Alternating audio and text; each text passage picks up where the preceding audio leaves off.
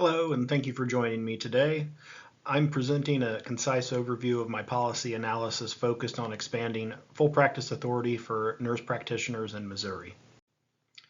Missouri continues to require physician collaborative practice agreements, which restrict the ability of NPs to diagnose, treat, and prescribe independently.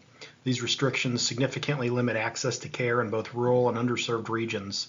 Research consistently shows that states with restrictive practice laws experience longer wait times and greater reliance on emergency departments for basic primary care needs.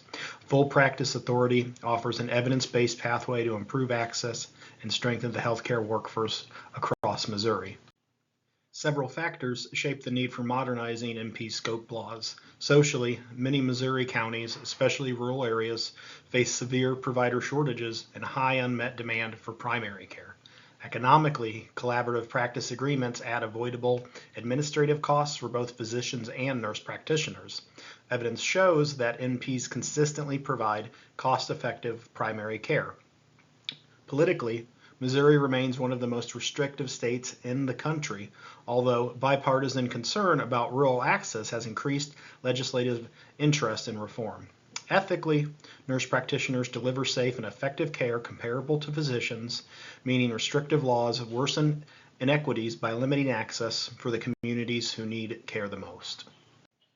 I examined three policy alternatives. The first is the federal ICANN Act, which would reduce Medicare and Medicaid barriers but would not change Missouri's restrictive state statute. The second option is a sunset model, which maintains collaborative agreements for a transition period before granting independence to nurse practitioners. While politically feasible, it still delays the benefits of full nurse practitioner autonomy. The strongest option is full practice authority legislation. This approach removes collaborative practice requirements, expands the primary care workforce, reduces administrative burden, and aligns Missouri with the majority of states that already allow independent nurse practitioner practice. Based on evidence and feasibility, full practice authority is the most impactful long-term solution. Advancing this legislation requires coordinated support from several key stakeholders. These include the Missouri Nurses Association, the American Association of Nurse Practitioners, the Missouri House Health and Mental Health Policy Committee, and the Missouri Rural Health Association, as well as patients and community leaders. Successful advocacy relies on clear data, coordinated messaging, and compelling patient stories that can illustrate access barriers. Using multiple communication modalities such as concise policy briefs, legislative testimony, community town halls, social media outreach, and infographics, which you'll see at the end of this slides, helps ensure the message reaches diverse audiences and builds momentum for reform.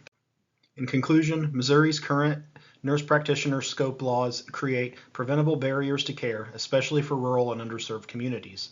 Full practice authority provides a modernized, evidence-supported solution that improves access, reduces administrative burden, and enhances health outcomes. With coordinated advocacy and stakeholder engagement, Missouri can align its policies with national standards while better meeting the needs of its residents. These references reflect the evidence base supporting the analysis and recommendations discussed throughout this presentation. Last but not least, here is my completed infogram advocating for full practice authority in Missouri. I hope you enjoyed the presentation and learned about the benefits for full practice authority as well. Thank you.